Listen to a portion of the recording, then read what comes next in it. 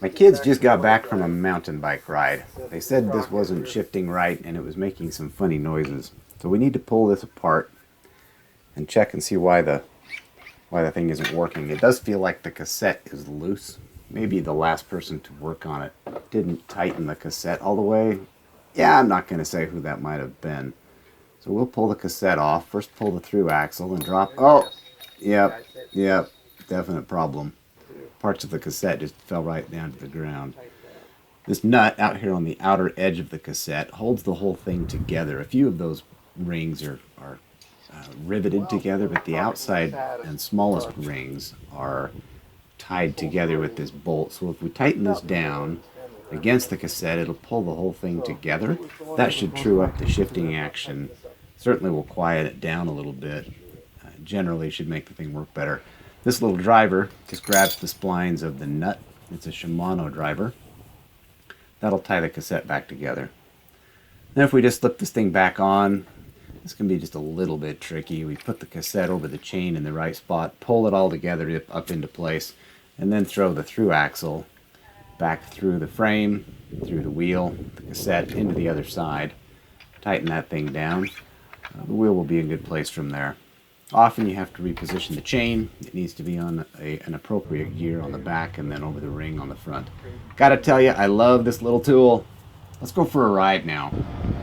This ride has two objectives. One, I need to check the rear cassette and make sure everything is working right. The other is I got a 360 camera that's kind of fun, and I need to try that out as well.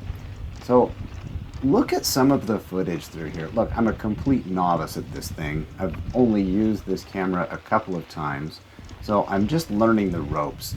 But notice that the camera angle keeps shifting. As I go around S-curves, you'll see that it points toward me and then into the curve. Here's a good example.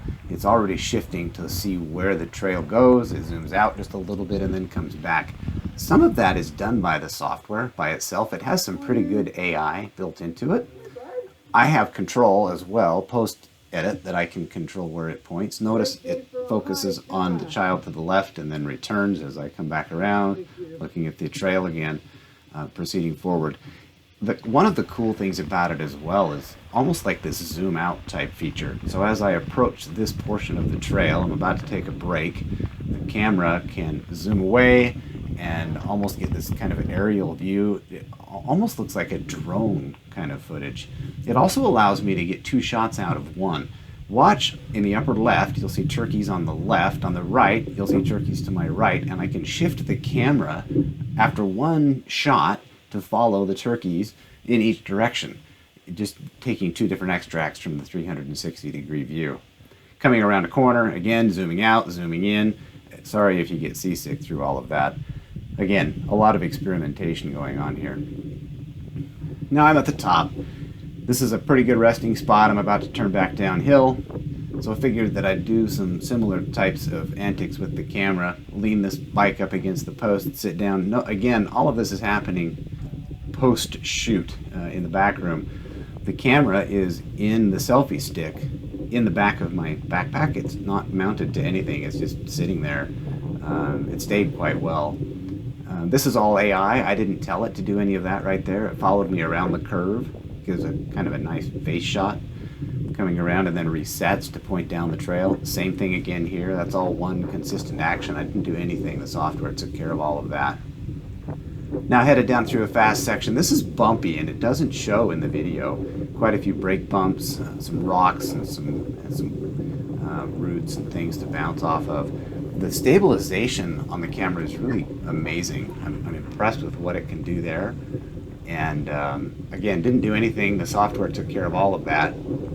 The section's really quite fast. That's a natural speed. There's no speed up or slowed down in the software. You can hear the wind noise through there just a little bit. So it zips along pretty well. And again, the stabilization here is really quite incredible. I don't know why the footage shows to be so grainy here. That's probably something I've done in the extract process and then as I imported it into the video compilation software. So I don't know exactly what's going on there. It looks much better in the 360 view itself. Again, I left this all here. The software took care of all of the directional aspects of the camera. Headed into one of the last areas. There's a little jump here that's kind of fun. Look, ignore the skills. Pay attention to the cinematography, if you will. Again, look, that's all one shot. There's no drone. The camera is sticking out of my backpack. It's a dork tag, to be sure.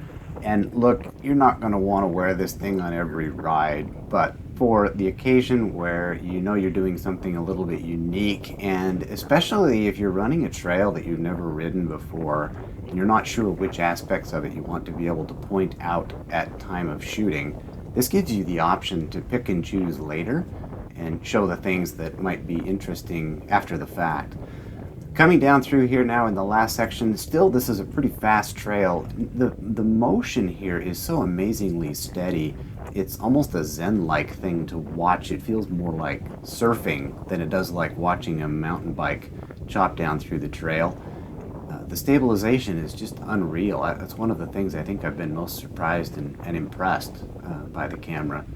Audio quality is not fantastic. The test isn't probably very fair since the thing is back behind me and I would be facing forward.